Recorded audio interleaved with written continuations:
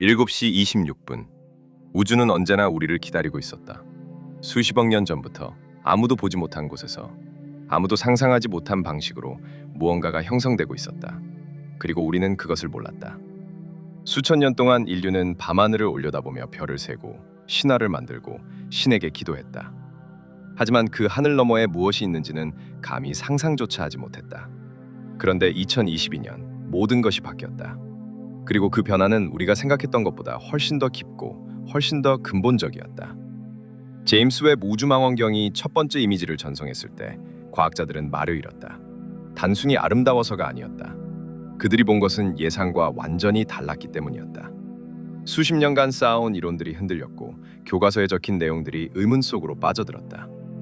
나사의 수석 과학자 중 한 명은 조용히 동료에게 말했다고 한다. 우리가 틀렸을 수도 있어. 그 말이 무엇을 의미하는지 지금부터 하나씩 풀어나가겠다. 그런데 그 이야기를 시작하기 전에 먼저 당신에게 한 가지 질문을 던지고 싶다. 만약 우리가 우주에 대해 알고 있다고 믿었던 모든 것이 틀렸다면 우리는 무엇을 믿어야 하는가? 제임스 웹 우주망원경은 단순한 망원경이 아니다. 그것은 인류가 만든 가장 복잡하고 가장 정교하고 가장 야심찬 기계다.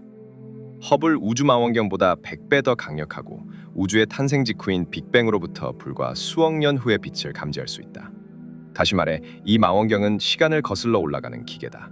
과거를 보는 눈이다. 그리고 그 눈이 포착한 것은 우리가 전혀 준비되지 않은 무언가였다. 우주는 우리에게 비밀을 숨기고 있었다. 그것도 아주 오랫동안. 1996년 나사는 차세대 우주망원경 프로젝트를 시작했다. 당시 예산은 5억 달러였고 완성 예정일은 2007년이었다. 하지만 프로젝트는 계속해서 지연되었고 예산은 폭발적으로 증가했다. 10년이 지나고 20년이 지나도 망원경은 완성되지 않았다. 예산은 결국 100억 달러를 훌쩍 넘어섰다. 미국 의회는 여러 차례 프로젝트 취소를 논의했다.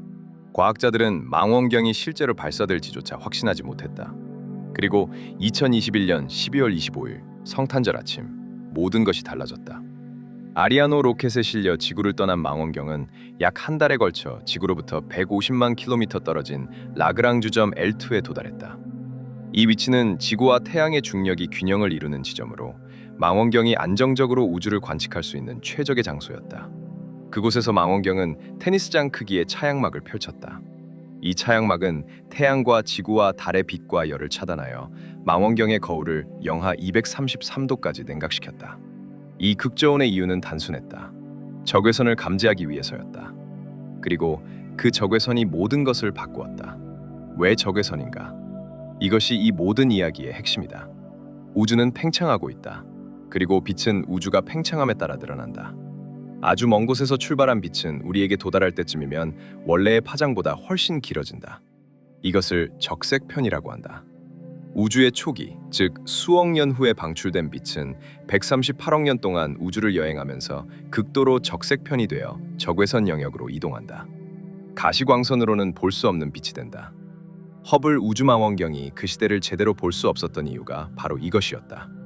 하지만 제임스 웹은 적외선 카메라로 무장되어 있었다. 그것은 인류 역사상 처음으로 우주의 진정한 유아기를 엿볼 수 있는 눈을 갖게 된 것을 의미했다. 그리고 그 눈이 처음 뜨였을 때 과학자들은 자신들이 무엇을 보게 될지 전혀 몰랐다. 그들은 작고 원시적인 은하들을 기대했다. 아직 형성 중인 불완전하고 불규칙한 구조의 초기 은하들을 예상했다. 빅뱅의 여파로 물질이 막 뭉치기 시작하는 단계에 조각조각 흩어진 별들의 집합체를 생각했다. 그것이 모든 시뮬레이션이 예측하는 바였다. 그것이 표준 우주론 모델, 즉 람다 CDM 모델이 말하는 우주의 초기 모습이었다. 수십 년간 검증된 이론이었고 수백 명의 과학자들이 평생을 바쳐 다듬어온 모델이었다. 그런데 제임스 웹이 보여준 것은 완전히 달랐다.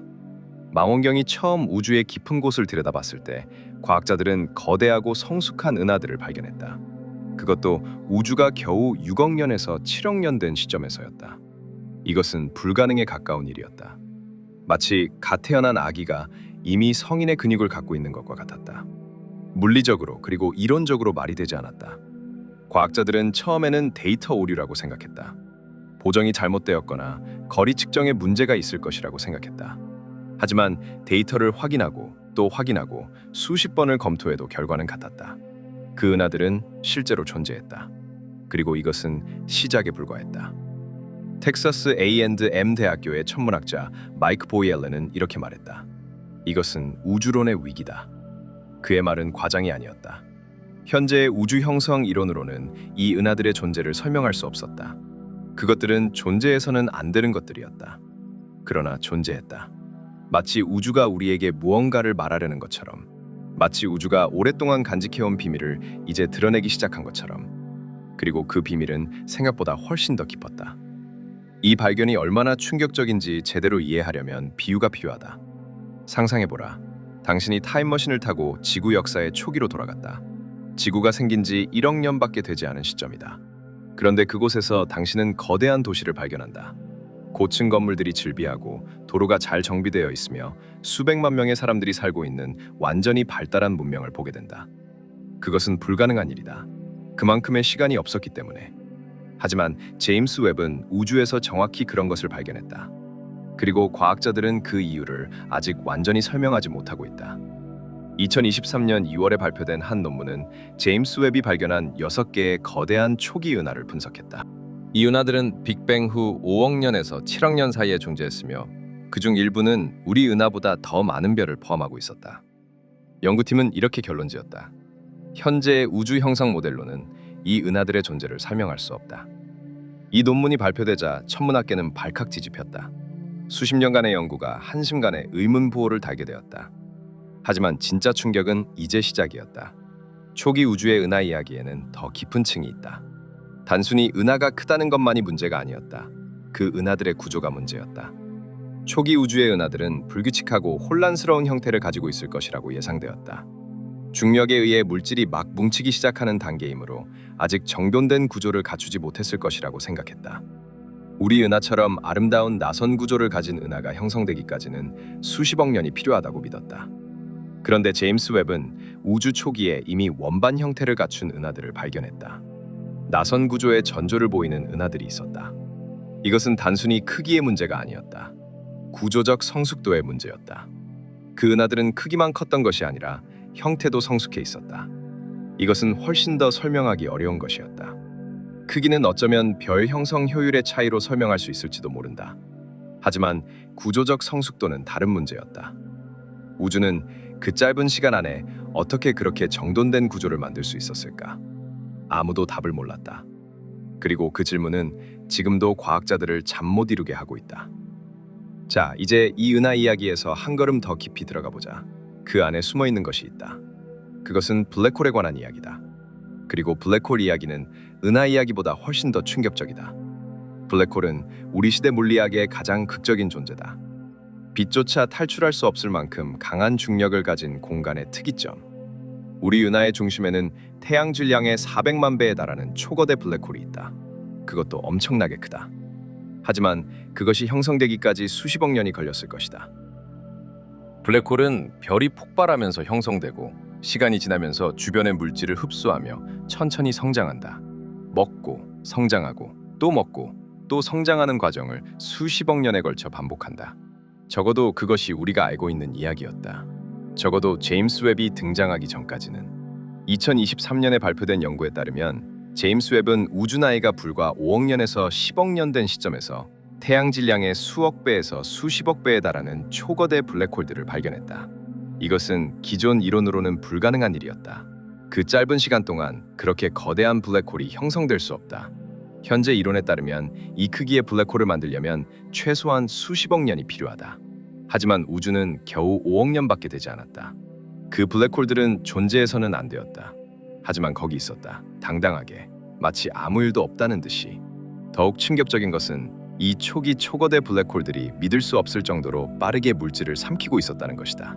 이를 퀘이사라고 한다. 퀘이사는 블랙홀이 주변 물질을 흡수하면서 방출하는 엄청난 에너지로 인해 은하 전체보다 더 밝게 빛나는 현상이다. 제임스 웹은 우주 초기에 이 퀘이사들을 다수 발견했다. 그것도 예상보다 훨씬 많은 수로. 그리고 그것들의 밝기는 상상을 초월했다. 어떤 것들은 주변 은하 전체를 압도할 만큼 밝게 빛났다. 그 에너지의 원천이 무엇인지, 그 에너지가 어떻게 그렇게 빠르게 축적될 수 있었는지 아무도 완전히 설명하지 못했다. 이것은 두 가지 가능성을 제시한다. 첫째, 블랙홀이 우리가 생각한 것보다 훨씬 빠르게 성장할 수 있다. 둘째, 블랙홀의 초기 씨앗이 우리가 상상한 것보다 훨씬 거대했다. 두 가지 모두 기존 이론에 심각한 도전을 제기한다. 그리고 세 번째 가능성도 있다. 그것은 우리가 아직 이해하지 못하는 완전히 새로운 물리 과정이 초기 우주에서 작동하고 있었다는 것이다. 이 세 번째 가능성이 가장 흥미롭고 가장 무섭다. 왜냐하면 그것은 물리학의 미지의 영역으로 들어가는 것을 의미하기 때문이다. 그런데 이 블랙홀 이야기에는 또 다른 반전이 있다. 제임스 웹은 초기 우주의 퀘이사들을 관측하면서 그것들이 주변 은하에 어떤 영향을 미치는지 처음으로 상세하게 관측할 수 있었다. 퀘이사에서 방출되는 강력한 에너지와 물질의 제트가 주변 은하의 가스를 날려버리는 것을 직접 목격했다. 이것은 은하의 성장을 억제하는 메커니즘으로 이론적으로는 예측되었지만 실제로 관측된 것은 이번이 처음이었다. 하지만 이 발견은 새로운 모순을 만들어냈다.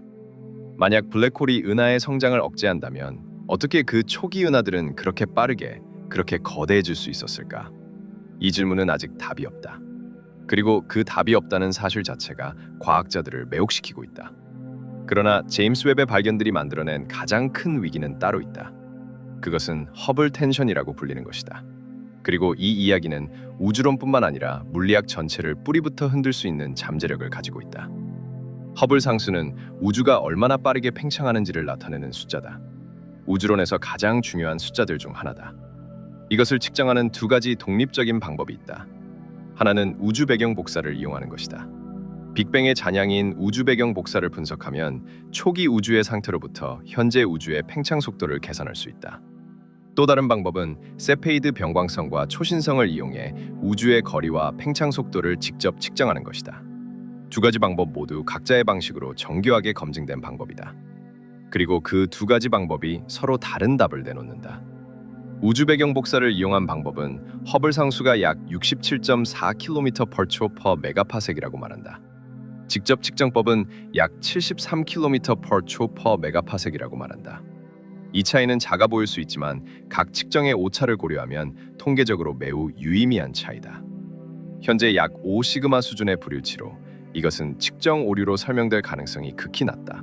동전을 던져서 앞면이 100만 번 연속으로 나오는 것만큼 우연일 가능성이 낮다.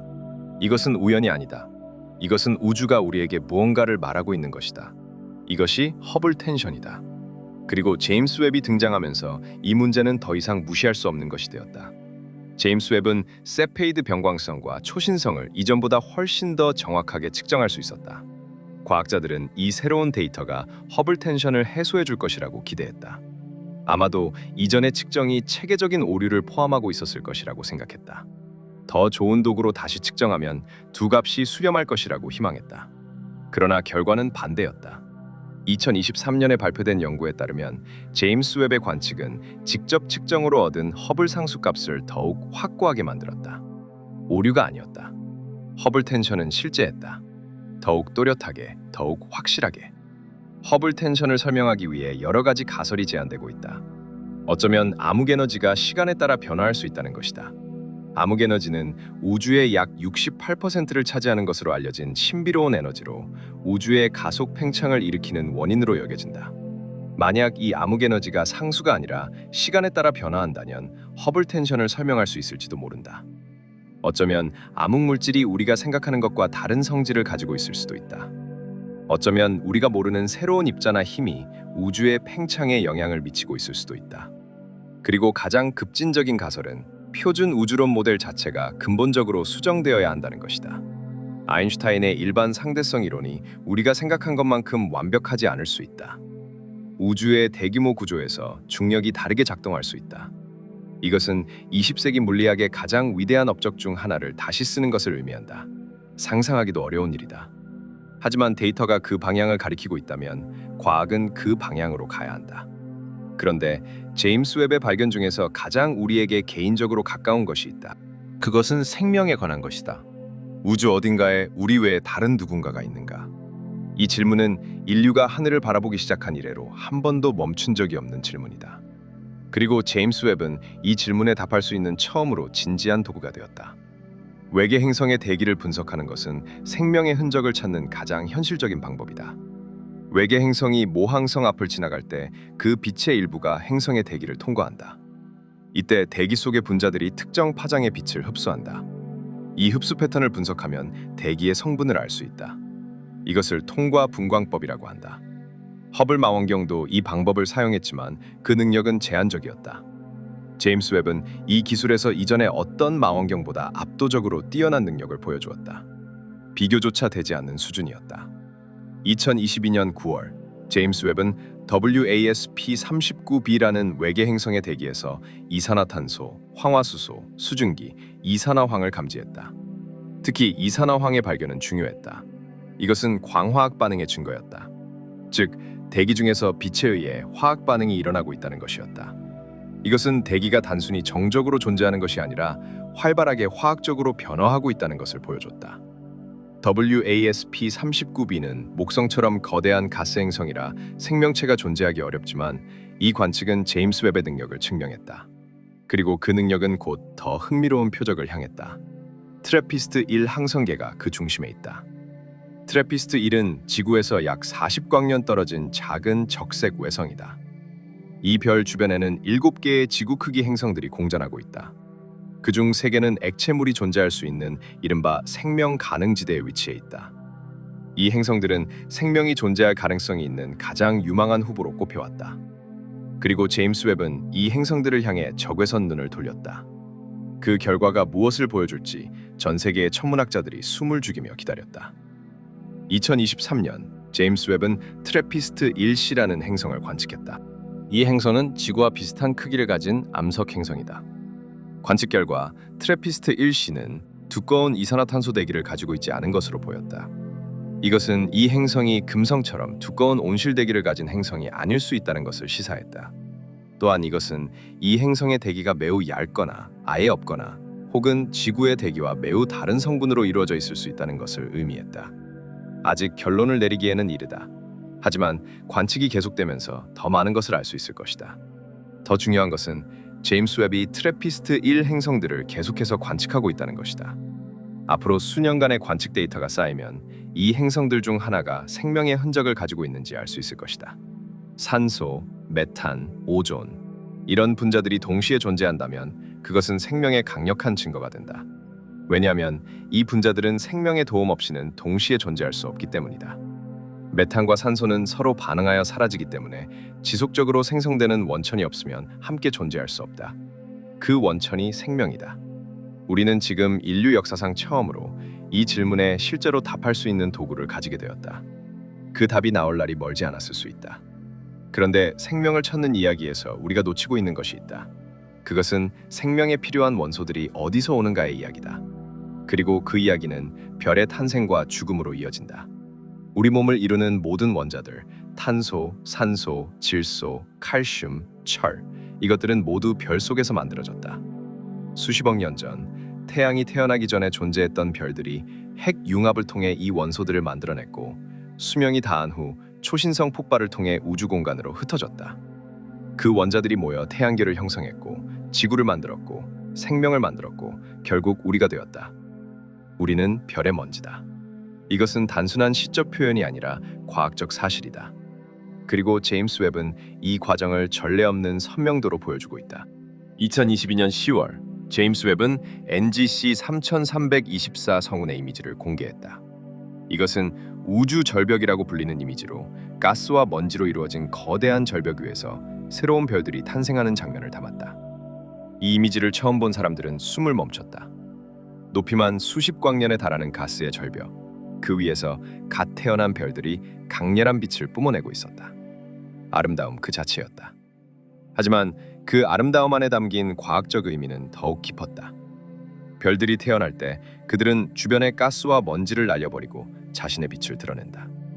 이 과정에서 방출되는 자외선과 강력한 항성풍이 주변 성운을 조각한다. 그 결과로 형성된 것이 바로 우주 절벽의 모습이다. 하지만 단순히 아름다운 것이 아니다. 이 과정에서 날아간 가스와 먼지가 다른 곳에서 압축되어 또 다른 별의 탄생을 촉발할 수 있다. 별의 탄생이 별의 탄생을 부르는 우주적 연쇄 반응이다. 하나의 별이 죽으면서 수십 개의 별이 태어날 수 있다. 우주는 낭비하지 않는다. 모든 것은 다시 태어난다. 제임스 웹은 이 과정의 세부 사항을 이전에는 볼 수 없었던 방식으로 보여주었다. 성운 안에서 막 태어나고 있는 원시성들이 보였다. 가스와 먼지로 가득한 고치 속에 쌓인 어린 별들이 보였다. 그것들은 이전에는 볼 수 없었던 것들이었다. 허블 우주망원경은 가시광선으로 이 가스와 먼지를 뚫어볼 수 없었다. 하지만 제임스 웹의 적외선 눈은 그 장막을 꿰뚫었다. 그 안에서 우리는 별의 탄생을 실시간으로 목격할 수 있게 되었다. 마치 창조의 순간을 엿보는 것 같은 경험이었다. 그리고 그 안에서 우리는 우리 자신의 기원을 보고 있었다. 2022년 제임스 웹은 WR124라는 별을 관측했다. 이 별은 울프레이의 별이라고 불리는 매우 희귀하고 매우 거대한 별이다. 태양 질량의 수십 배에 달하는 이 별은 수명이 다가오면서 엄청난 양의 물질을 우주로 방출하고 있었다. 이 방출된 물질들이 주변에 거대한 성운을 형성했다. 제임스 웹이 찍은 이 이미지는 장엄했다. 빛과 물질의 북풍이 별을 중심으로 퍼져나가는 모습은 마치 우주의 불꽃놀이 같았다. 하지만 이것은 단순한 불꽃놀이가 아니었다. 이것은 우주의 원소 공장이 가동되는 마지막 단계였다. 그리고 그 공장에서 만들어지는 것들은 언젠가 새로운 별과 행성과 생명을 만들 재료가 될 것이었다. 울프레이에 별들은 수명이 다한 후 거대한 초신성 폭발을 일으킨다. 그 폭발에서 무거운 원소들이 대량으로 생성되고 우주로 방출된다. 금, 은, 우라늄 같은 무거운 원소들은 이런 거대한 별의 폭발에서만 만들어질 수 있다. 당신이 지금 끼고 있는 금반지, 그 금을 만든 것은 수십억 년 전 어딘가에서 폭발한 거대한 별이었다. 그 별이 없었다면 그 금은 존재하지 않았다. 당신이 없었다면 그 금을 가질 사람도 없었다. 별과 인간 사이의 이 연결고리는 제임스 웹이 밝혀주는 수많은 이야기들 중에서 가장 시적인 것이다. 그리고 그 시는 거짓이 아니다. 이제 우주의 대규모 구조 이야기로 넘어가자. 이것은 훨씬 더 큰 그림이다. 그리고 훨씬 더 근본적인 질문을 건드린다. 우주는 균일한가? 이것은 단순한 질문처럼 보이지만 현대 우주론의 핵심 가정 중 하나다. 우주 원리라고 불리는 이 가정은 충분히 큰 스케일에서 보면 우주는 어디서나 똑같이 생겼다는 것이다. 이것은 수십 년간의 관측으로 검증된 원리다.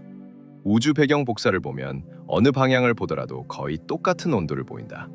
오차가 10만 분의 1도 수준이다. 이것이 우주 원리의 강력한 증거였다. 적어도 우리는 그렇게 생각했다. 그런데 제임스 웹과 다른 최신 관측들이 이 원리에 의문을 제기하기 시작했다. 우주의 다른 방향에서 은하들의 분포를 자세히 살펴보면 미묘하지만 통계적으로 유의미한 차이가 있다는 주장이 제기되었다. 특정 방향으로 은하들이 더 밀집해 있거나 특정 방향으로 우주의 팽창 속도가 미세하게 다를 수 있다는 것이었다. 이것은 아직 논쟁 중인 문제이며 대부분의 과학자들은 우주 원리가 유효하다고 믿는다. 하지만 데이터가 축적될수록 이 문제는 더 진지한 검토를 요구하고 있다. 만약 우주 원리가 완벽하게 성립하지 않는다면 그 함의는 엄청나다. 우리가 관측하는 우주는 전체 우주의 대표적인 샘플이 아닐 수 있다. 우리가 존재하는 이 영역이 어떤 의미에서 특별하거나 독특할 수 있다. 그리고 이것은 다중우주론으로 이어지는 문이 될 수 있다. 물론 이것은 매우 급진적인 생각이다. 하지만 제임스 웹이 쌓아가는 데이터는 이런 급진적인 생각들을 진지하게 고려하게 만들고 있다. 실제로 다중우주론은 이제 단순한 공상과학의 영역이 아니다. 물리학의 여러 분야에서 독립적으로 다중우주의 가능성이 제기되고 있다. 인플레이션 이론에 따르면 빅뱅 직후 우주는 엄청나게 빠른 속도로 팽창했다. 이 과정에서 우리 우주 외에도 무수히 많은 다른 우주들이 생겨났을 수 있다. 각각의 우주는 서로 다른 물리 법칙과 상수를 가질 수 있다. 우리가 존재하는 이 우주는 생명이 존재하기에 적합한 물리 법칙을 가진 우주들 중 하나일 수 있다. 이것은 인류 원리라고 불리는 개념과 연결된다.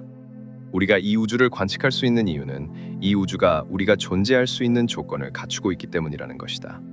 만약 이 우주의 물리 상수가 조금이라도 달랐다면 별도 은하도 생명도 존재하지 않았을 것이다. 우리가 여기 있다는 사실 자체가 이 우주의 물리 상수가 생명에 적합하게 맞춰져 있다는 것을 의미한다. 이것이 우연인가, 설계인가, 아니면 단순히 수많은 우주들 중에서 우리에게 적합한 것을 선택하는 과정인가? 제임스 웹은 이 질문에 직접 답하지는 않는다.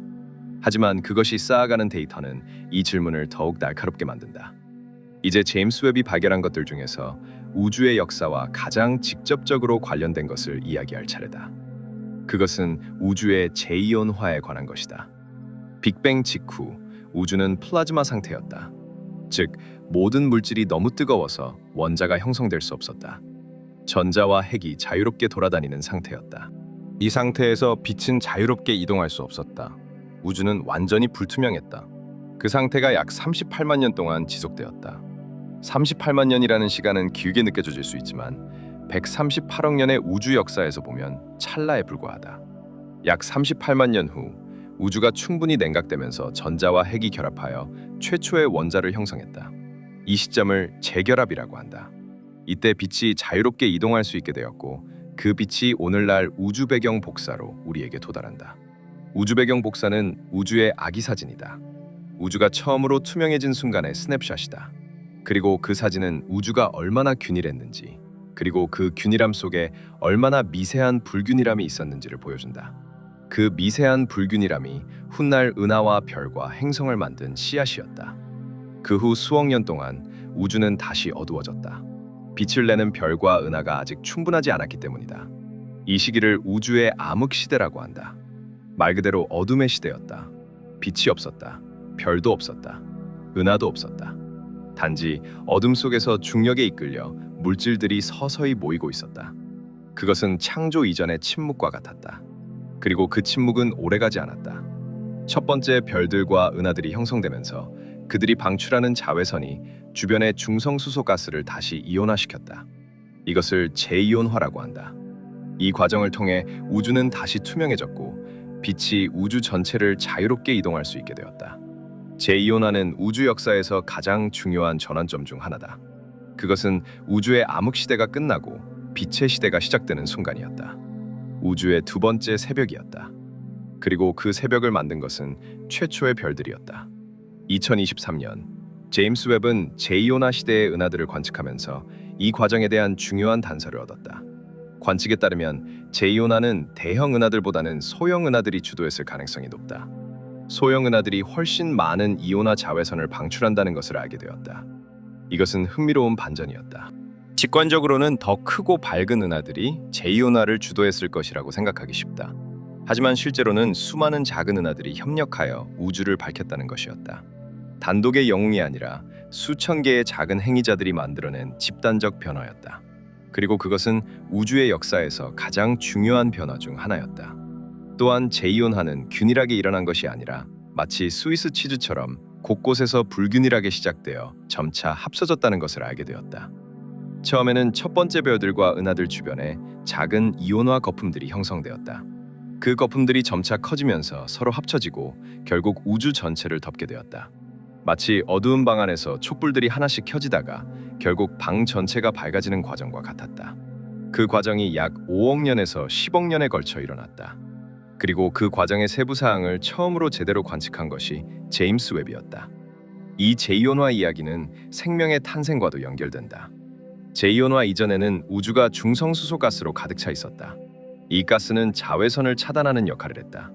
역설적으로 재이온화가 일어나면서 이 차단막이 제거되었다. 하지만 동시에 별들의 형성이 시작되면서 생명에 필요한 무거운 원소들이 만들어지기 시작했다. 생명은 단순히 올바른 행성에 올바른 화학물질이 있다고 해서 생겨나지 않는다. 우주 전체가 올바른 상태에 있어야 한다. 재이온화는 그 조건 중 하나였다. 그리고 제임스 웹은 그 조건이 어떻게 만들어졌는지를 처음으로 우리에게 보여주고 있다. 자, 이제 지금까지 이야기한 모든 것들을 하나로 연결하는 더 큰 그림을 생각해 볼 시간이다. 제임스 웹이 보여주는 것들을 종합하면 한 가지 공통된 패턴이 있다. 우주는 우리가 생각한 것보다 훨씬 더 빠르게, 훨씬 더 효율적으로, 훨씬 더 복잡하게 진화했다는 것이다. 초기 우주의 은하들은 예상보다 더 크고 더 성숙했다. 초기 우주의 블랙홀들은 예상보다 더 거대했다. 재이온화는 예상보다 더 복잡한 과정으로 진행되었다. 이 모든 것들이 가리키는 방향은 하나다. 우리가 우주의 역사를 이해하는 데 있어서 뭔가 근본적인 것을 놓치고 있다는 것이다. 그 근본적인 것이 무엇인지에 대해서는 여러 가설이 있다. 첫 번째 가능성은 암흑물질이다. 암흑물질은 우주 질량의 약 27%를 차지하지만 빛을 방출하거나 흡수하지 않아 직접 관측할 수 없는 물질이다. 우리는 그것의 중력적 효과를 통해서만 그 존재를 알고 있다. 만약 암흑물질의 성질이 우리가 가정한 것과 다르다면 은하와 블랙홀의 초기 형성을 설명할 수 있을지도 모른다. 예를 들어 암흑물질이 서로 상호작용할 수 있거나 붕괴하여 더 밀집된 구조를 만들 수 있다면 초기 은하 형성이 가속될 수 있다. 이것은 현재 진지하게 연구되고 있는 가설이다. 두 번째 가능성은 원시 블랙홀이다. 빅뱅 직후에 극도로 뜨겁고 밀도 높은 환경에서 직접 블랙홀이 형성될 수 있다는 것이다. 이 원시 블랙홀들이 초기 우주의 초거대 블랙홀들의 씨앗이 되었을 수 있다. 이것은 초기 블랙홀의 존재를 설명하는 가장 깔끔한 방법 중 하나다. 하지만 원시 블랙홀의 존재는 아직 직접적으로 확인되지 않았다. 세 번째 가능성은 인플레이션 이론의 수정이다. 빅뱅 직후 우주가 엄청나게 빠르게 팽창했다는 인플레이션 이론은 현재 표준 우주론의 핵심이다. 하지만 인플레이션의 세부 과정, 즉 얼마나 빠르게 어떤 방식으로 팽창이 일어났는지에 따라 초기 우주의 구조가 달라질 수 있다. 제임스 웹이 발견한 초기 은하들을 설명하려면 인플레이션의 세부 사항을 수정해야 할 수도 있다. 그리고 그 수정은 다시 우주 전체의 역사에 영향을 미친다. 그런데 이 모든 가설들보다 더 급진적인 가능성도 있다. 그것은 새로운 물리학이다. 현재의 물리학, 즉 일반 상대성 이론과 표준 모형은 놀랍도록 성공적인 이론들이다. 하지만 그것들은 완전하지 않다는 것도 알려져 있다. 일반 상대성 이론과 양자역학은 서로 모순된다. 블랙홀의 내부, 빅뱅의 순간처럼 극도로 작고 극도로 밀도 높은 환경에서 두 이론은 서로 다른 답을 내놓는다. 이것은 더 근본적인 이론이 존재한다는 것을 의미한다. 일반 상대성 이론과 양자역학을 통합하는 더 완전한 이론. 많은 사람들이 그것을 양자중력 이론이라고 부른다. 하지만 아직 그것은 발견되지 않았다. 제임스 웹이 보여주는 이상한 현상들, 설명되지 않는 초기 은하들, 너무 거대한 초기 블랙홀들, 이것들이 어쩌면 그 새로운 물리학의 단서일 수 있다. 기존 이론의 한계가 관측 데이터를 통해 드러나고 있는 것일 수 있다. 그리고 그 한계를 극복하는 새로운 이론이 탄생할 때 우주에 대한 우리의 이해는 지금과는 근본적으로 달라질 것이다. 그 순간이 언제 올지 모른다. 어쩌면 10년 후일 수도 있고 어쩌면 100년 후일 수도 있다. 하지만 한 가지는 확실하다. 그 새로운 이론을 향한 길에서 제임스 웹은 가장 중요한 이정표 역할을 하고 있다. 그것이 보여주는 데이터는 우리가 가야 할 방향을 가리키고 있다. 그리고 그 방향은 우리가 예상했던 곳이 아니다. 이제 조금 다른 각도에서 이 이야기를 바라보자. 제임스 웹 우주망원경이 단순히 새로운 발견을 하는 것을 넘어 우리가 우주를 바라보는 방식 자체를 어떻게 바꾸고 있는지 생각해보자. 우주를 관측한다는 것은 과거를 본다는 것이다. 이것은 빛의 속도가 유한하기 때문이다. 1광년 떨어진 별의 빛은 1년이 걸려 우리에게 도달한다. 100만 광년 떨어진 은하의 빛은 100만 년이 걸려 도달한다. 제임스 웹이 130억 광년 떨어진 은하를 볼 때 우리는 그 은하가 130억 년 전에 어떤 모습이었는지를 보는 것이다. 그 은하가 지금 어떤 모습인지는 알 수 없다. 심지어 그 은하가 아직 존재하는지조차 알 수 없다. 우리가 보는 빛이 출발한 그 먼 곳은 현재의 우리와는 완전히 다른 시간 속에 존재한다. 이것을 다르게 표현하면 제임스 웹은 우주를 가로질러 망원경을 겨누는 것이 아니라 시간을 가로질러 망원경을 겨누는 것이다. 우주의 공간과 시간은 분리될 수 없다. 더 멀리 본다는 것은 더 과거를 본다는 것이다. 그리고 제임스 웹은 인류 역사상 가장 멀리, 가장 과거를 본 망원경이다. 그것이 보는 빛은 우주가 겨우 3억 년, 4억 년 된 시절에 출발한 빛이다. 그것은 우리 태양계가 생기기 90억 년 전의 이야기다. 이 시간여행적 관점은 중요한 통찰을 준다. 제임스 웹이 관측하는 우주의 다양한 거리에서의 은하들은 우주의 역사의 여러 시점에서의 스냅샷들이다. 가까운 은하들은 현재에 가까운 우주의 모습을, 먼 은하들은 더 오래된 우주의 모습을 보여준다. 이것들을 비교함으로써 우주가 어떻게 진화해왔는지의 전체적인 그림을 그릴 수 있다. 단일한 관측이 아니라 우주 역사 전체에 걸친 연속적인 서사를, 그리고 그 서사는 제임스 웹이 등장하기 전과 후로 완전히 달라지고 있다. 이전에 우리가 그렸던 우주의 역사는 점진적이고 안정적이었다.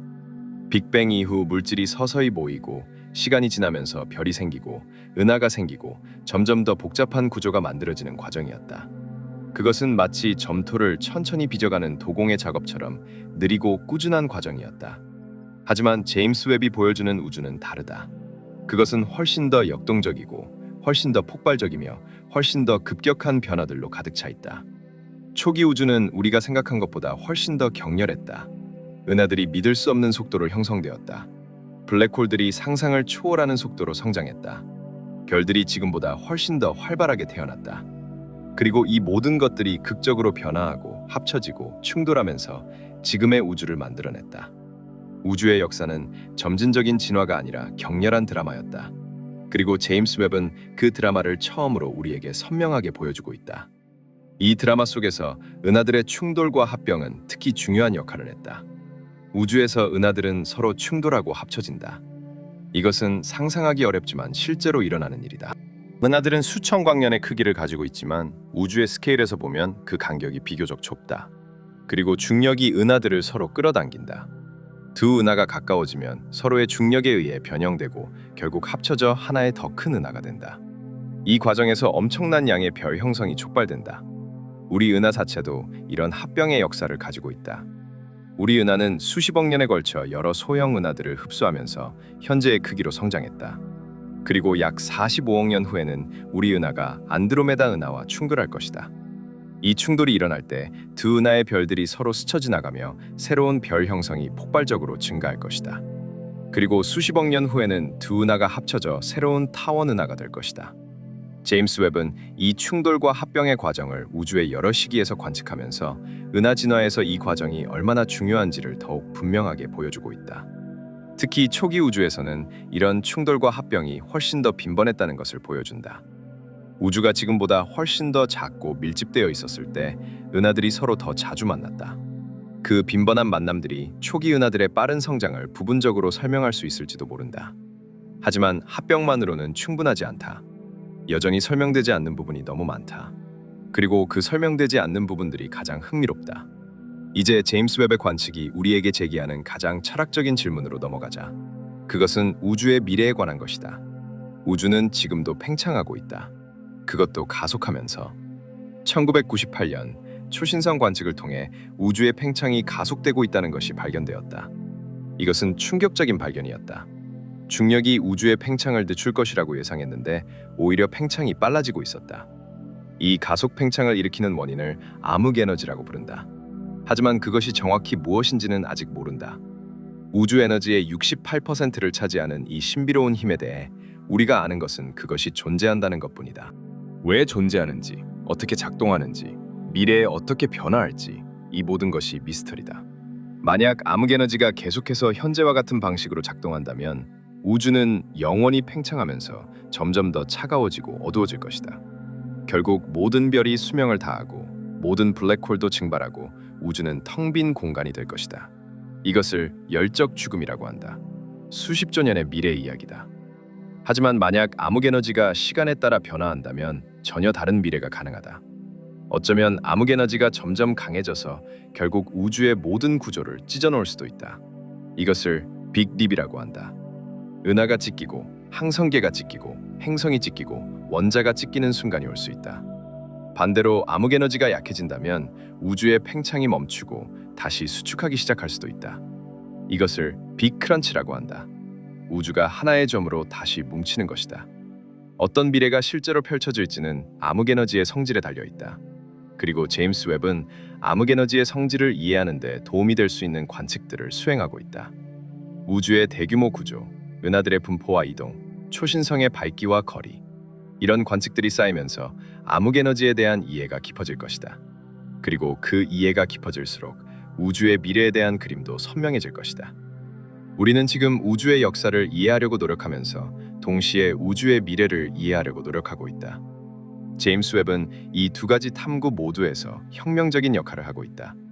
그런데 이 모든 이야기들, 초기 은하, 초기 블랙홀, 제2온화, 허블 텐션, 외계 생명 탐색, 이것들을 하나로 묶는 공통점이 있다.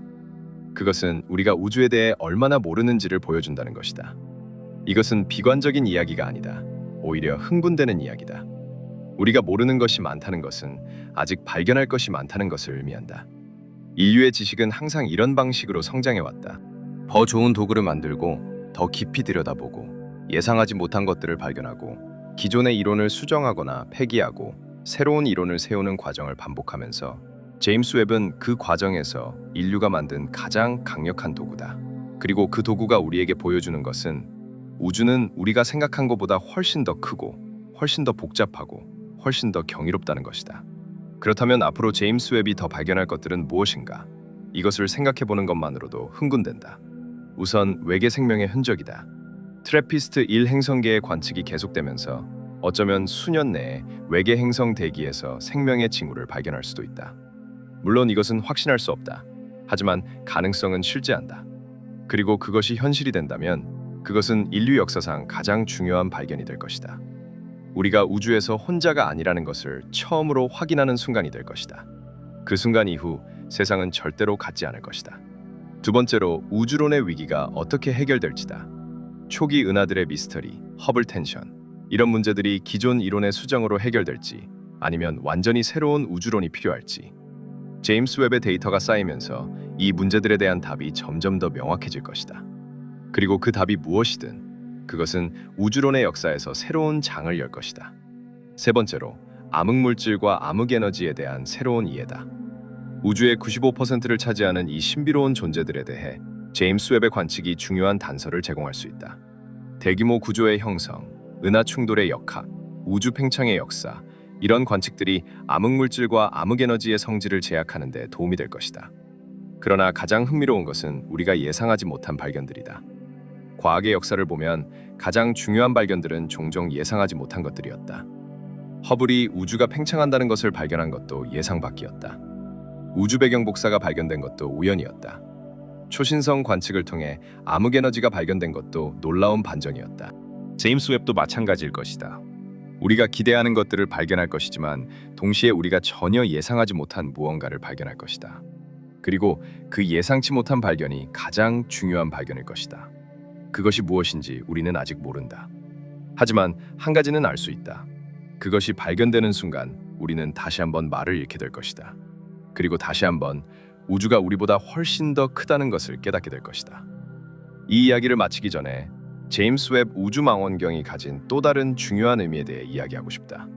그것은 인류의 협력에 관한 것이다. 제임스 웹 우주망원경은 나사 혼자만의 프로젝트가 아니었다. 유럽 우주국과 캐나다 우주국이 함께 참여했다.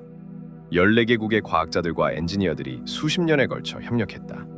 그들은 서로 다른 언어를 사용하고 서로 다른 문화를 가졌으며 서로 다른 나라에서 살았다. 하지만 그들은 하나의 목표를 향해 함께 일했다. 우주를 이해하려는 욕망, 그리고 그 욕망은 모든 차이를 초월했다. 망원경이 발사된 날, 전 세계의 과학자들이 함께 숨을 죽이고 기다렸다. 그들은 서로 경쟁자였지만 그 순간만큼은 모두 같은 팀이었다. 망원경이 성공적으로 궤도에 진입하고 차양막이 성공적으로 펼쳐지고 거울이 제자리를 잡았을 때 전 세계의 과학자들이 함께 환호했다. 그 환호는 단순한 기쁨이 아니었다. 그것은 인류가 함께 이룰 수 있는 것에 대한 믿음의 표현이었다. 그리고 제임스 웹이 보내오는 데이터는 전 세계의 과학자들에게 공개된다. 누구나 그 데이터를 사용하여 연구할 수 있다. 한국의 천문학자도, 인도의 물리학자도, 아프리카의 연구자도. 이것이 과학의 아름다움이다. 지식은 공유될 때 더욱 빛난다. 그리고 인류가 함께 고민할 때 우주의 비밀은 더 빨리 풀린다. 제임스 웹이 보내오는 이미지들을 보면서 사람들은 종종 눈물을 흘린다. 단순히 아름다워서가 아니다. 거기에는 더 깊은 감정이 있다. 그 이미지들은 인류가 무엇을 할 수 있는지를 보여준다. 수십 년간의 노력, 수천 명의 사람들의 헌신, 100억 달러 이상의 투자. 이 모든 것이 모여서 만들어낸 것이 우주의 탄생 직후를 바라보는 눈이다. 그 눈이 보여주는 것은 우주의 비밀뿐만 아니라 인류의 가능성이기도 하다. 우리는 작은 행성의 작은 존재들이다. 우주의 스케일에서 보면 먼지보다 작다. 하지만 우리는 우주를 이해하려 한다. 수십억 광년 떨어진 은하의 성분을 분석하려 한다. 138억 년 전의 우주를 바라보려 한다. 이 욕망, 이 호기심, 이 탐구의 정신이 우리를 인간으로 만드는 것이다. 그리고 제임스 웹은 그 정신의 가장 최고의 표현이다. 그런데 여기서 한 가지 더 생각해봐야 할 것이 있다. 제임스 웹이 발견하고 있는 것들이 우리의 존재 자체에 대한 질문을 어떻게 변화시키고 있는가? 우주가 138억 년이라는 것을 우리는 안다.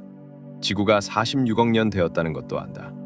생명이 지구에서 약 35억 년에서 40억 년 전에 시작되었다는 것도 안다. 그리고 인류가 지구에 등장한 것은 불과 수백만 년 전이다. 현대적인 인류, 즉 호모 사피엔스는 약 30만 년 전에 등장했다. 문명은 약 1만 년 전에 시작되었다. 우주의 역사에서 보면 인류의 역사는 눈 깜짝할 순간도 되지 않는다. 그런데도 우리는 우주의 역사를 이해하고 있다. 138억 년의 이야기를 풀어가고 있다. 수십억 광년 떨어진 은하의 성분을 알아내고 있다. 이것은 기적이다. 물리적인 기적이 아니라 지적인 기적이다. 우주의 역사 속에서 찰나에 불과한 존재가 우주 전체의 역사를 이해하고 있다는 것. 그것이 인간이라는 존재의 가장 경이로운 면이다. 제임스 웹은 그 경이로움을 더욱 크게 만들고 있다. 그것이 보여주는 것들은 우리가 얼마나 작은지를 보여주는 동시에 우리가 얼마나 위대한 능력을 가졌는지를 보여준다.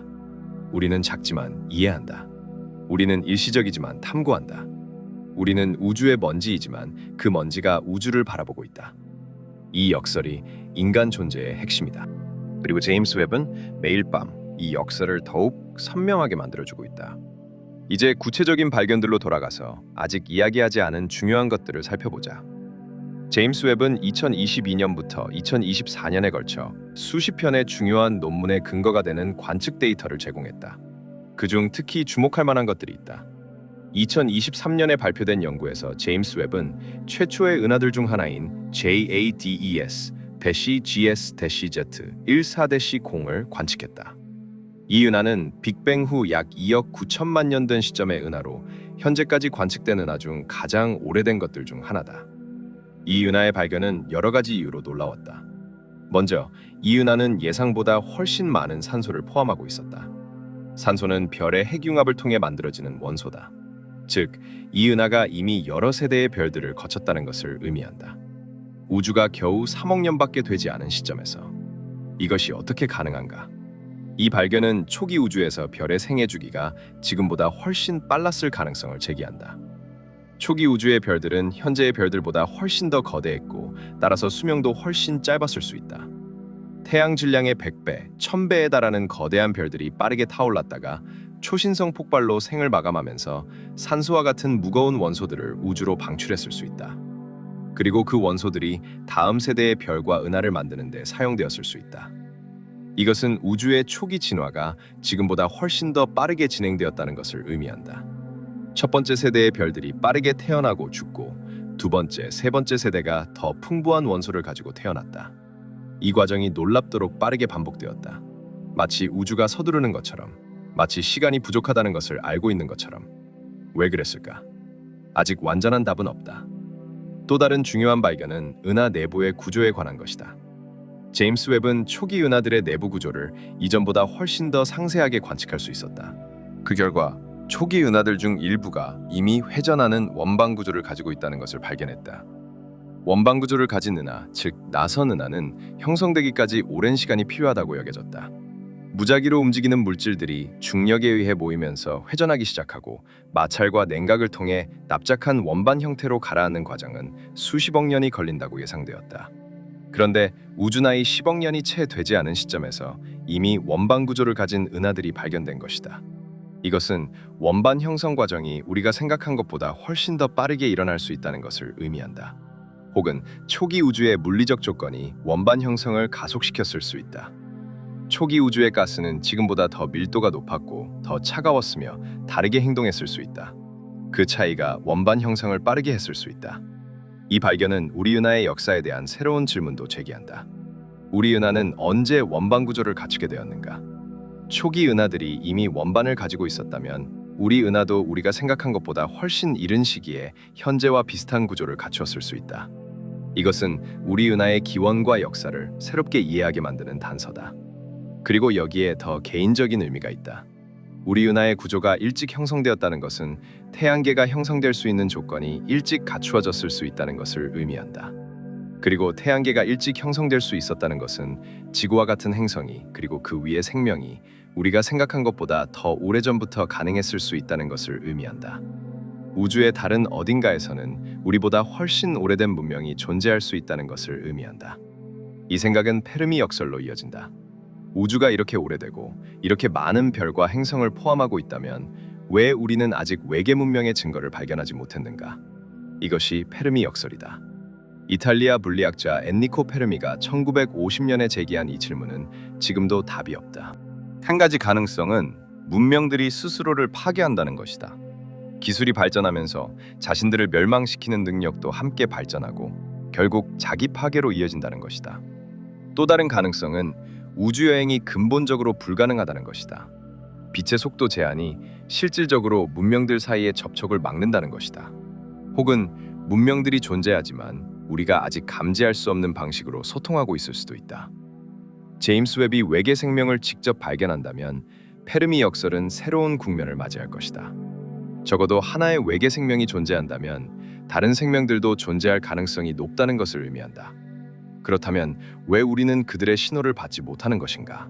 그 질문은 더욱 절실해질 것이다. 그리고 그 질문의 답은 우주에서 우리의 위치와 역할에 대한 이해를 근본적으로 바꿀 것이다.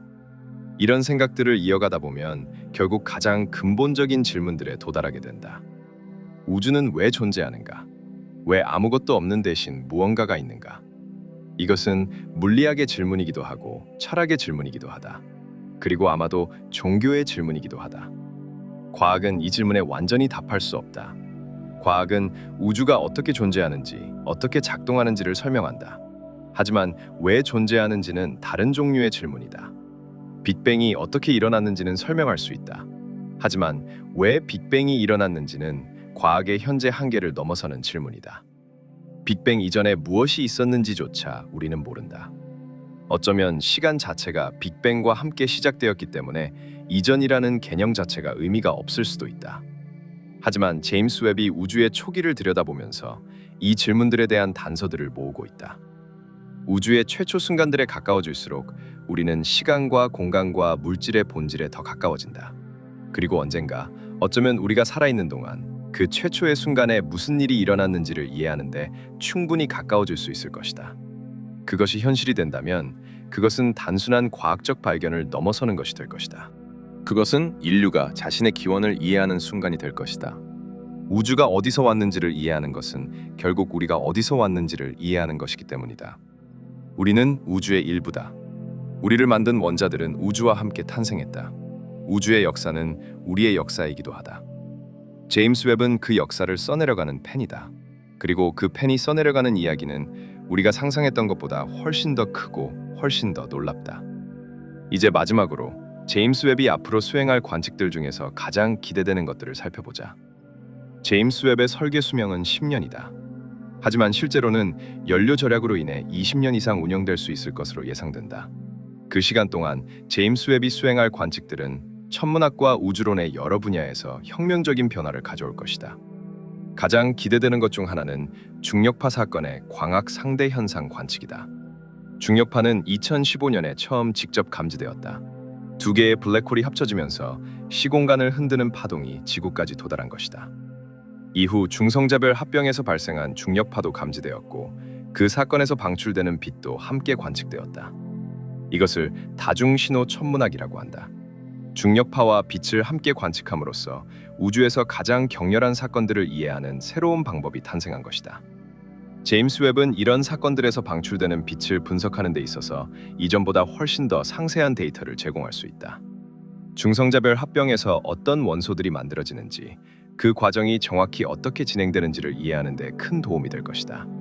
그리고 이것은 우주의 원소 순환 과정을 이해하는 데, 나아가 생명에 필요한 원소들이 어떻게 만들어지는지를 이해하는 데 중요한 단서가 될 것이다.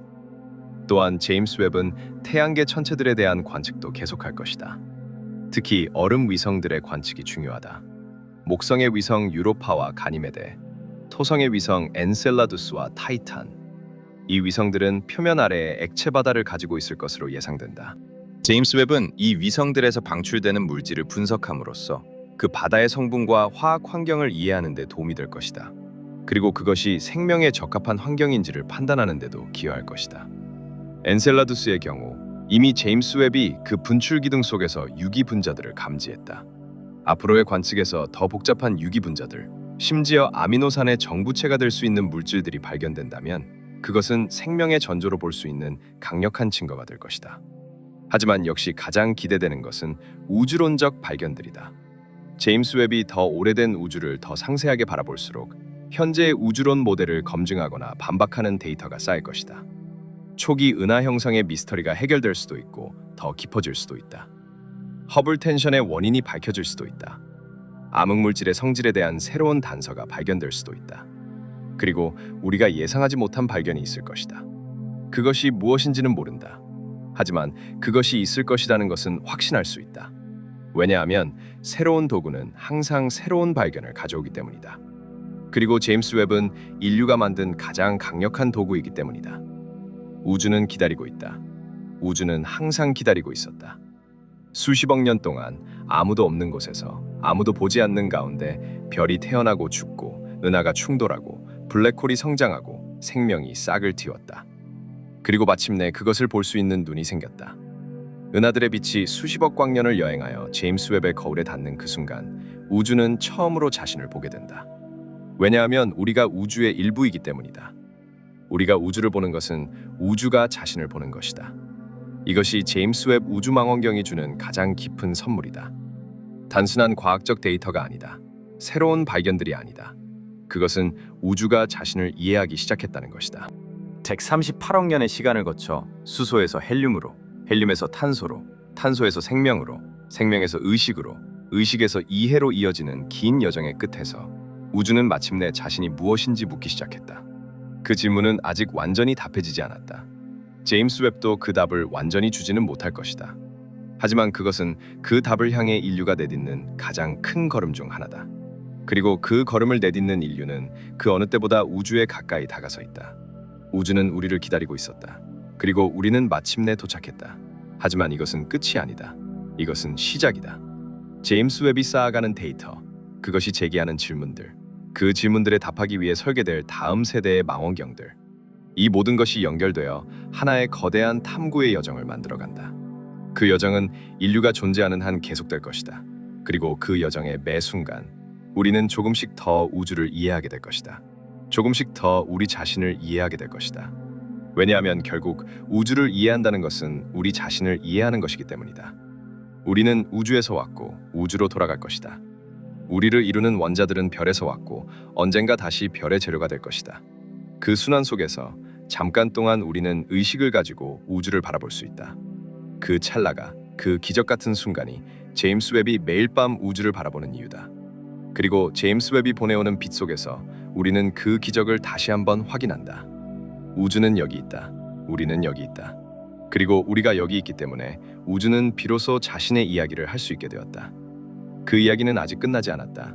가장 놀라운 장들은 아직 쓰이지 않았다. 그리고 그 장들이 쓰일 때 우리는 다시 한번 말을 잃게 될 것이다. 다시 한번 경이로움에 압도될 것이다. 다시 한번 우주가 우리가 생각한 것보다 훨씬 더 크다는 것을 깨닫게 될 것이다. 그것이 과학의 아름다움이다. 그것이 탐구의 의미다. 그것이 제임스 웹 우주망원경이 우리에게 주는 선물이다. 그리고 그 선물은 우리가 살아있는 한 계속될 것이다. 우주는 기다리고 있다. 그리고 우리는 이제 막 시작했다. 제임스 웹이 보내오는 데이터는 단순히 천문학자들만의 것이 아니다. 그것은 인류 전체의 것이다. 그리고 그 데이터가 만들어내는 이야기는 단순히 과학 논문 속에 갇혀있는 것이 아니다. 그것은 우리 모두의 이야기다. 우리가 어디서 왔는지, 우리가 어디에 있는지, 우리가 어디로 가는지에 대한 이야기다. 그리고 그 이야기는 지금 이 순간도 계속해서 새로운 장을 더하고 있다. 2024년을 접어들면서 제임스 웹의 관측 데이터는 더욱 풍부해졌고 그 데이터를 분석한 연구들이 쏟아지기 시작했다. 그 중에는 우주의 화학적 진화에 관한 놀라운 발견들이 포함되어 있었다. 우주는 처음에 수소와 헬륨, 그리고 극소량의 리튬만으로 이루어져 있었다. 나머지 모든 원소들, 탄소, 산소, 질소, 철, 금, 우라늄, 이 모든 것들은 별들의 핵융합과 폭발을 통해 만들어졌다. 이 과정을 핵합성이라고 한다. 그리고 우주의 화학적 역사는 별들이 만들어내는 원소들의 역사이기도 하다. 처음에는 수소와 헬륨뿐이었던 우주가 어떻게 탄소 기반의 생명체가 살 수 있는 화학적으로 풍부한 우주가 되었는가? 이것이 우주의 화학적 진화의 핵심 질문이다. 제임스 웹은 이 질문에 새로운 빛을 비추고 있다. 초기 은하들의 스펙트럼을 분석함으로써 그 은하들의 화학적 성분을 알 수 있다. 어떤 원소들이 얼마나 존재하는지, 그것이 시간에 따라 어떻게 변화하는지, 그리고 그 변화의 패턴은 우리에게 초기 우주의 별들이 어떤 것들이었는지를 말해준다. 흥미롭게도 일부 초기 은하들은 예상보다 훨씬 더 풍부한 금속성을 보였다. 여기서 금속성이란 천문학에서 수소와 헬륨보다 무거운 모든 원소들의 총칭이다. 초기 우주의 은하들은 금속성이 낮을 것이라고 예상되었다. 별들이 아직 충분히 많지 않아서 무거운 원소들을 만들어낼 시간이 없었을 것이기 때문이다. 그런데 일부 은하들은 그 예상을 뛰어넘는 금속성을 보였다. 이것은 그 은하들이 우리가 생각하는 것보다 훨씬 더 격렬한 별 형상의 역사를 가지고 있었다는 것을 의미한다. 많은 거대한 별들이 빠르게 태어나고 죽으면서 무거운 원소들을 우주로 방출했다는 것이다. 이것은 우주의 화학적 풍요가 우리가 생각한 것보다 훨씬 빠르게 시작되었다는 것을 의미한다. 생명에 필요한 탄소와 산소와 질소가 우주에 풍부해진 시점이 우리가 예상한 것보다 훨씬 이르다는 것이다. 이것은 다시 한번 우주의 어딘가에서 지구 이전에 생명이 시작될 수 있었을 가능성을 높인다. 만약 우주가 우리가 생각한 것보다 훨씬 빨리 화학적으로 풍부해졌다면 생명의 재료들이 훨씬 이른 시기에 갖추어졌다는 것이고, 그것은 지금 우주 어딘가에 우리보다 훨씬 오래된 문명이 있을 가능성을 높인다. 그 문명은 어디 있는가? 왜 우리는 그들을 찾지 못하는가? 이 질문은 더욱 절박해진다. 그런데 제임스 웹의 관측 중에서 화학적으로 가장 흥미로운 것은 아마도 분자운에 관한 것일 것이다. 분자운은 우주 공간에 존재하는 가스와 먼지의 거대한 구름이다. 이 구름 속에서 별들이 태어난다. 그리고 이 구름 속에는 믿을 수 없을 만큼 복잡한 화학이 일어나고 있다.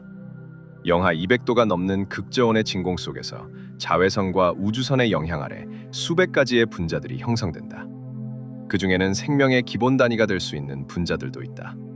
제임스 웹은 이 분자운들의 화학을 이전보다 훨씬 더 상세하게 분석할 수 있게 되었다. 특히 얼음 상태의 분자들, 즉 먼지 입자 표면에 응결된 분자들을 감지하는 능력이 뛰어나다.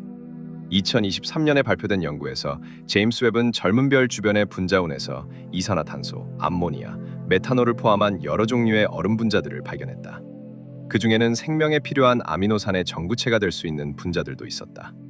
이것은 중요한 발견이다.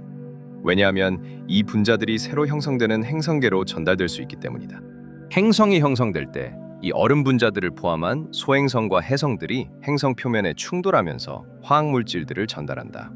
지구의 바다도 부분적으로는 이런 충돌을 통해 물을 얻었다는 가설이 있다. 그리고 지구의 생명에 필요한 유기 분자들도 이런 방식으로 우주에서 전달되었을 수 있다. 이것을 판스퍼미아라고 한다. 생명의 씨앗이 우주 공간을 통해 전달된다는 개념이다. 제임스 웹의 분자운 관측은 이 아이디어를 지지하는 새로운 증거를 제공하고 있다. 우주 공간에는 생명의 전구체들이 풍부하다. 그것들은 별과 함께, 행성과 함께 형성된다. 생명은 어쩌면 우주적인 현상일 수 있다. 특별한 조건이 필요하지 않을 수 있다. 올바른 원소들이 올바른 방식으로 모이면 생명은 자연스럽게 발생할 수 있는 것일 수 있다. 만약 그것이 사실이라면 우주는 생명으로 가득 차 있을 것이다. 수천억 개의 은하, 각 은하에 수천억 개의 별, 각 별에 수개의 행성, 그중 일부는 생명이 가능한 환경을 가지고 있다. 그리고 그 환경에는 생명의 재료들이 풍부하게 공급된다. 이 계산을 하면 우주에 생명체가 있는 행성의 수는 천문학적이다. 말 그대로. 그런데 우리는 아직 그 어느 하나도 확인하지 못했다. 그리고 그 불일치가 페르미 역설의 핵심이다. 제임스 웹이 외계 생명의 흔적을 발견한다면 그것은 페르미 역설을 해결하는 첫 번째 실마리가 될 것이다. 아직 발견하지 못했다고 해서 없다는 것은 아니다. 우리는 이제 막 제대로 된 눈을 뜨기 시작했다. 우주를 제대로 바라보기 시작한 것은 불과 수백 년 전이다. 그 짧은 시간 동안 우리가 전체 우주를 탐색했다고 볼 수 없다. 아직 찾지 못했다는 것은 아직 충분히 찾지 않았다는 것일 수 있다. 이제 제임스 웹이 밝혀내고 있는 우주의 또 다른 비밀, 즉 원시 행성계 원반에 대한 이야기를 해보자. 별이 태어날 때 그 주변에는 가스와 먼지로 이루어진 원반이 형성된다. 이 원반이 행성의 재료가 된다. 먼지 입자들이 서로 뭉치면서 점점 더 큰 덩어리가 되고 결국 행성의 크기로 성장한다. 이 과정을 이해하는 것이 행성 형성 이론의 핵심이다. 그리고 제임스 웹은 이 과정을 이전보다 훨씬 더 상세하게 관측할 수 있게 되었다. 제임스 웹이 관측한 여러 원시 행성계 원반들 중에서 특히 흥미로운 것들이 있었다. 일부 원반에서는 이미 행성 형성의 흔적이 보였다. 원반 속에 간격이 생기고 있었는데 이것은 이미 형성되고 있는 행성이 주변의 물질을 청소하고 있다는 증거다. 마치 쟁기가 흙을 밀어내듯 형성 중인 행성이 원반 속에 자신의 궤도를 만들어가고 있었다. 또한 제임스 웹은 원반 속의 화학적 성분도 분석했다. 어떤 분자들이 원반의 다양한 영역에 존재하는지, 온도와 밀도에 따라 화학이 어떻게 달라지는지. 이것은 행성에 어떤 화학 물질들이 전달될지를 예측하는 데 중요하다. 얼음선이라고 불리는 경계, 즉 별에서 충분히 멀어서 물이 얼음 상태로 존재할 수 있는 경계의 안쪽과 바깥쪽에서는 전혀 다른 화학이 일어난다. 그리고 그 경계 근처에서 형성되는 행성들은 특별한 성질을 가질 수 있다. 이 원시 행성계 원반 관측은 우리 태양계의 기원에 대한 이해에도 새로운 통찰을 제공한다. 우리 태양계는 어떻게 형성되었는가? 지구는 왜 지금과 같은 성분을 가지게 되었는가? 왜 내행성들은 암석으로 이루어져 있고 외행성들은 가스로 이루어져 있는가? 이런 질문들에 대한 답을 다른 항성계의 원시 행성계 원반을 관측함으로써 얻을 수 있다. 우리 태양계는 수십억 년 전에 이미 형성이 완료되었지만 다른 별 주변의 원반들은 지금 이 순간 형성되고 있다. 그것들을 관측함으로써 우리는 과거의 태양계를 보는 것이다. 그런데 제임스 웹이 원시 행성계 원반을 관측하면서 예상치 못한 것을 발견했다. 일부 원반들이 예상보다 훨씬 더 빠르게 소멸되고 있었다. 이것은 행성 형성의 기회창이 우리가 생각한 것보다 더 좁을 수 있다는 것을 의미한다. 원반의 가스와 먼지가 너무 빨리 사라지면 거대 행성이 형성될 시간이 부족해진다. 목성과 같은 거대 가스 행성의 형성이 제한될 수 있다. 그리고 거대 가스 행성이 없는 항성계에서는 소행성과 해성이 내행성들을 폭격하는 패턴이 달라질 수 있다. 이것은 지구형 행성의 환경에 영향을 미친다. 다시 말해, 목성의 존재가 지구의 생명에 중요한 역할을 했다는 가설이 있다. 목성의 강한 중력이 소행성 벨트를 안정시키고 지구를 향한 소행성 충돌의 빈도를 조절했다는 것이다. 만약 거대 가스 행성의 형성이 제한된다면 다른 항성계에서 지구와 같은 환경을 가진 행성의 비율이 달라질 수 있다. 이것은 생명이 가능한 행성의 수를 추정하는 데 중요한 변수다. 제임스 웹은 이 변수들을 이해하는 데 직접적으로 기여하고 있다. 다양한 항성 주변의 원시 행성계 원반을 관측하면서 행성 형성의 다양한 경로를 이해하고 그것이 생명 가능한 행성의 형성에 어떤 영향을 미치는지를 알아가고 있다. 그런데 이 모든 이야기들을 이어가다 보면 결국 하나의 큰 질문에 도달하게 된다. 그것은 우주가 생명을 위해 설계되었는가? 혹은 생명은 단순히 우주의 물리법칙이 만들어낸 우연한 부산물인가 하는 질문이다. 이것은 과학과 철학, 그리고 종교가 교차하는 지점의 질문이다. 순수하게 과학적인 관점에서 보면 우주의 물리 상수들이 생명이 존재하기에 놀랍도록 잘 조율되어 있다는 것은 사실이다. 만약 중력 상수가 지금보다 조금 더 강했다면 우주는 탄생 직후 다시 수축했을 것이다. 조금 더 약했다면 별이 형성될 수 없었을 것이다. 강한 핵력이 조금 달랐다면 탄소가 형성될 수 없었을 것이다. 전자기력이 달랐다면 화학결합이 불가능했을 것이다. 이 모든 상수들이 생명에 적합하게 맞춰져 있다는 것은 우연으로 보기에는 너무 정밀하다. 이것을 미세조정 문제라고 한다. 그리고 이것에 대한 다양한 설명이 있다. 설계자가 있다는 종교적 설명이 있다. 수많은 우주들이 각각 다른 물리 상수를 가지고 있고 우리는 그중 생명이 가능한 우주에 살고 있다는 다중 우주론적 설명이 있다. 혹은 우리가 알지 못하는 더 근본적인 물리 법칙이 있어서 물리 상수들이 현재와 같은 값을 가질 수밖에 없다는 설명도 있다. 제임스 웹은 이 철학적 질문에 직접 답하지는 않는다. 하지만 그것이 쌓아가는 데이터는 이 질문을 더욱 날카롭게 만든다. 우주가 이렇게 초기부터 빠르게 복잡한 구조를 만들어냈다는 것, 생명의 재료들이 우주 공간에 풍부하게 존재한다는 것, 행성 형성이 우주적으로 흔한 현상이라는 것, 이 모든 것들이 생명이 우주에서 얼마나 자연스러운 현상인지를 시사한다. 생명은 예외가 아닐 수 있다. 오히려 규칙일 수 있다. 그러나 동시에 제임스 웹의 발견들은 우주가 얼마나 가혹한 곳인지도 보여준다. 별의 폭발, 블랙홀의 강력한 방사선, 은하 충돌, 이 모든 것들이 생명에 치명적일 수 있다. 생명이 가능한 환경을 유지하는 것은 쉬운 일이 아니다. 우리 지구가 지금까지 안정적인 환경을 유지해온 것은 어떤 의미에서 행운이었을 수도 있다. 적절한 거리에 적절한 크기의 별, 적절한 크기의 달이 만들어내는 조성력, 목성이 제공하는 보호막, 지구의 자기장이 제공하는 우주선 차단, 이 모든 조건들이 복합적으로 작용하여 지구의 생명이 가능해졌다. 다른 행성들에서도 이런 조건들이 갖추어져 있을까? 제임스 웹이 외계 행성들을 계속 관측하면서 이 질문에 대한 답의 윤곽이 점점 더 선명해지고 있다. 이제 제임스 웹이 보여주는 또 다른 중요한 측면, 즉 은하들의 다양성에 대해 이야기하자. 우주에는 놀랍도록 다양한 종류의 은하들이 존재한다. 우리 은하와 같은 나선 은하, 공 모양의 타원 은하, 불규칙한 형태의 불규칙 은하, 그리고 이 은하들은 크기도 천차만별이다. 우리 은하보다 수십 배 더 큰 거대 타원 은하가 있는가 하면 우리 은하의 수천 분의 1 크기에 불과한 외소 은하도 있다. 이 다양성이 어떻게 만들어졌는지 이해하는 것이 은하 형성 이론의 목표다. 제임스 웹은 이 다양성의 기원을 추적하는 데 중요한 기여를 하고 있다. 특히 초기 우주에서 이미 이런 다양성이 존재했는지 아니면 시간이 지나면서 다양성이 증가했는지를 이해하는 데 도움이 되고 있다. 제임스 웹의 관측에 따르면 우주 초기에도 이미 상당한 다양성이 존재했다. 어떤 은하들은 매우 활발하게 별을 만들고 있었고 어떤 은하들은 이미 별 형성을 멈추고 있었다. 어떤 은하들은 매우 컴팩트했고 어떤 은하들은 산만하게 퍼져 있었다. 이 다양성이 어떤 조건에서 만들어지는지를 이해하는 것이 은하 형성 이론의 핵심 과제 중 하나다. 그리고 제임스 웹은 그 이해를 향한 길에서 중요한 이정표를 제공하고 있다. 특히 흥미로운 것은 컴팩트한 초기 은하들이다. 일부 초기 은하들은 현재의 은하들과 비슷한 질량을 가지고 있지만 크기는 현재의 은하들보다 훨씬 작았다. 즉, 훨씬 더 밀집되어 있었다. 이것은 이 은하들이 나중에 어떻게 팽창하게 되었는지에 대한 질문을 제기한다. 별들의 합병을 통해서 크기가 커졌을 수도 있고 주변의 가스를 흡수하면서 팽창했을 수도 있다. 또는 외소 은하들과의 합병을 통해 크기가 증가했을 수도 있다.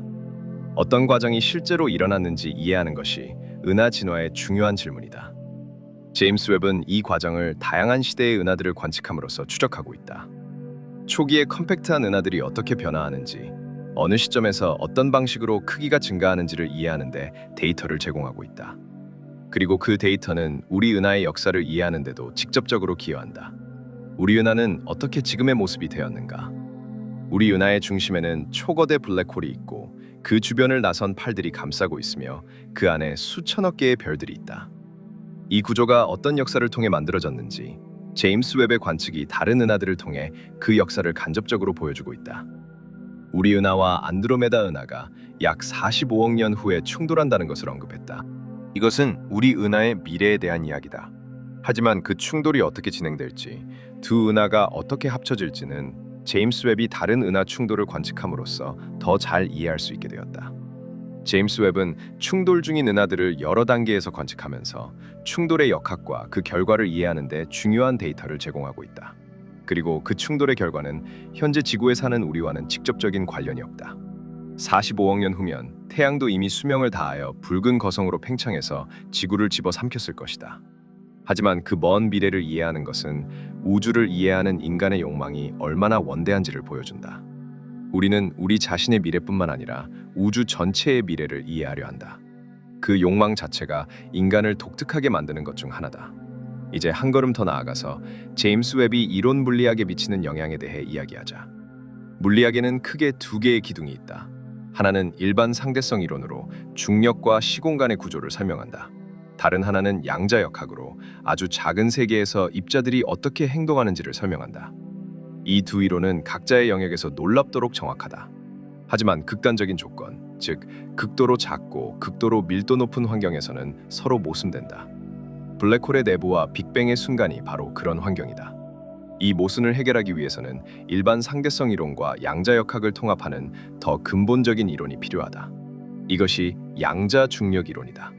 수십 년간 물리학자들이 이 이론을 발견하려고 노력했지만 아직 성공하지 못했다. 끈 이론, 루프 양자 중력, 그 외 여러 후보 이론들이 있지만 어느 것도 아직 완전히 검증되지 않았다. 제임스 웹이 이 이론 물리학의 문제에 어떻게 기여하는가?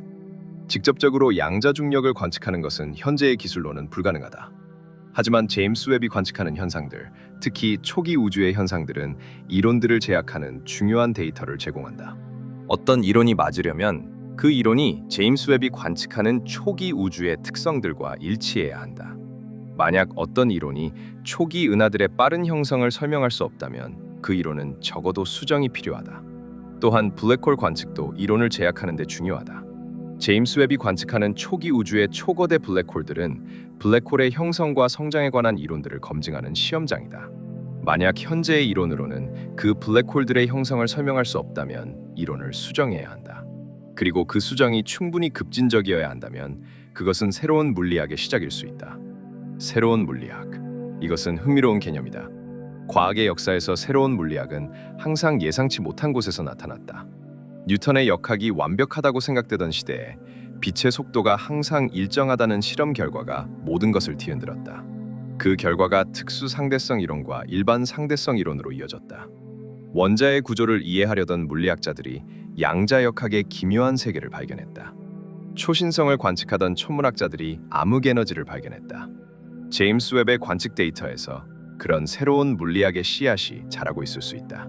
설명되지 않는 초기 은하들, 너무 거대한 초기 블랙홀들, 허블 텐션, 이것들이 기존 이론의 한계를 보여주고 있다.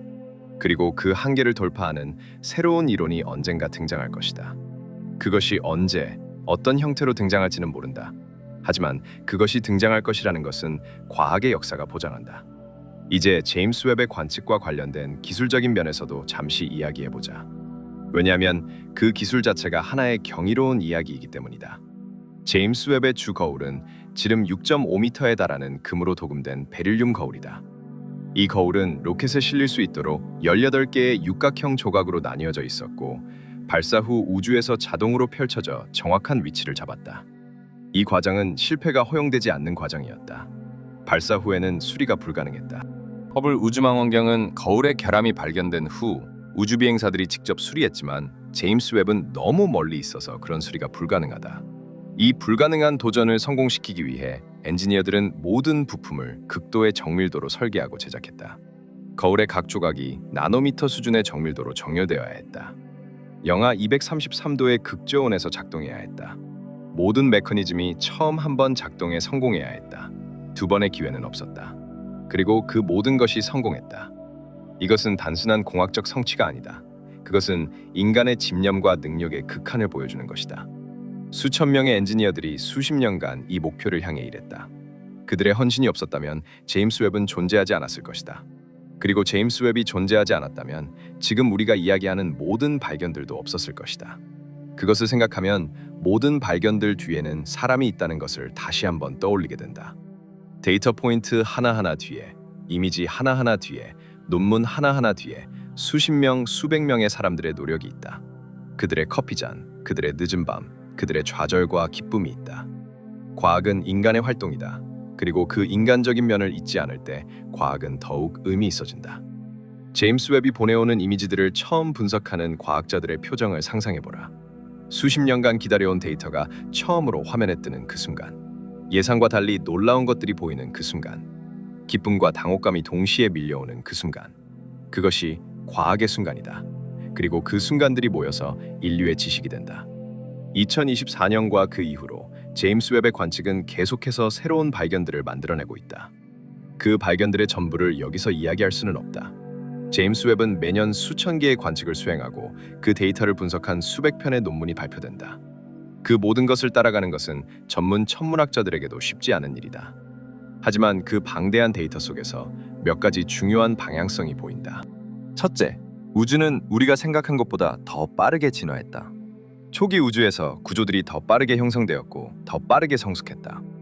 이것은 우주의 초기 조건이나 물리 과정에 대한 우리의 이해를 수정해야 한다는 것을 의미한다. 둘째, 생명의 가능성은 우리가 생각한 것보다 더 넓게 퍼져 있을 수 있다. 생명의 재료들이 우주 공간에 풍부하게 존재하고 행성 형성이 흔한 현상이며 생명이 가능한 환경을 가진 행성들이 우주 곳곳에 있을 수 있다. 셋째, 우주의 기본적인 구성 요소들, 즉 암흑물질과 암흑에너지에 대한 우리의 이해가 여전히 불완전하다. 허블 텐션과 초기 은하들의 미스터리는 이 불완전함을 드러내고 있다. 그리고 이것을 해결하기 위해서는 새로운 물리학이 필요할 수도 있다. 이 세 가지 방향성은 서로 연결되어 있다. 우주의 빠른 진화는 암흑물질의 성질과 관련될 수 있다. 생명의 가능성은 우주의 화학적 진화와 관련된다. 그리고 새로운 물리학은 이 모든 것들을 통합적으로 이해하게 해줄 수 있다. 이것들은 서로 독립적인 문제들이 아니라 하나의 더 큰 이야기의 다른 측면들이다. 그 더 큰 이야기는 이것이다. 우주는 우리가 이해하기 시작한 것보다 훨씬 더 풍부하고 복잡하다. 그리고 그 풍부함과 복잡함은 생명이 우주에서 얼마나 자연스럽고 광범위한 현상인지를 시사한다. 우리는 외롭지 않을 수 있다. 그리고 우주를 이해하려는 우리의 욕망은 우주가 스스로를 이해하려는 욕망이기도 할 수 있다. 이 생각을 품고 밤하늘을 바라보면 별들이 다르게 보인다. 그것들은 단순히 빛나는 점들이 아니다. 그것들은 각각 하나의 이야기를 가진 태양들이다. 그 주변에는 행성들이 있고 그 행성들 중 일부에는 어쩌면 생명이 있을 수 있다. 그리고 그 생명들 중 일부는 어쩌면 밤하늘을 바라보며 우리와 같은 질문을 하고 있을 수 있다. 우리는 혼자인가? 우주는 무엇인가? 우리는 왜 여기 있는가? 제임스 웹 우주망원경은 그 질문들에 답하는 인류의 가장 야심찬 시도다. 그리고 그 시도는 지금 이 순간에도 지구에서 150만 킬로미터 떨어진 우주 공간에서 영하 233도의 차가운 침묵 속에서 계속되고 있다. 거울이 우주를 향해 열려 있다. 빛이 들어오고 있다. 138억 년의 이야기가 그 빛 속에 담겨 있다. 그리고 그 이야기를 읽는 것이 우리가 살아있는 이 시대의 가장 위대한 특권 중 하나다. 아직 발견되지 않은 것들이 있다. 아직 이해되지 않은 것들이 있다. 아직 질문조차 되지 않은 것들이 있다. 그것들이 하나씩 밝혀질 때마다 우주는 조금씩 더 선명해질 것이다. 그리고 우주가 선명해질수록 우리 자신도 조금씩 더 선명해질 것이다. 왜냐하면 우주를 이해한다는 것은 결국 우리 자신을 이해하는 것이기 때문이다. 우리는 우주에서 왔다. 우주의 원자들로 만들어졌다. 우주의 역사를 품고 있다.